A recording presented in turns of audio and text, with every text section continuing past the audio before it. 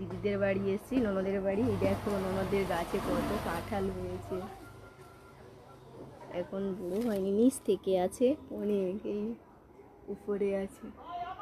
বেলকনিতে বসে হাত দিয়ে পারা যায়।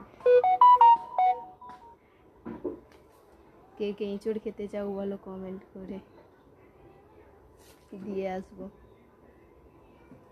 বলো বলো, যেগুলো খুব সুন্দর লাগছে বলো। এই আরও উপরের দিকেও আছে, এগুলো বেলকনিতে আমি বসে আছি, দেখা যাচ্ছে। নিচের দিকেও আরও অনেক ইঁচড় আছে, তার মধ্যে লেবুও আছে। কে কে এঁচড় খেতে ভালোবাসো কমেন্ট করে বলবে, যে যে এঁচড় খেতে ভালোবাসো কমেন্ট করে আমাকে বলবে, আমিও ভালোবাসি।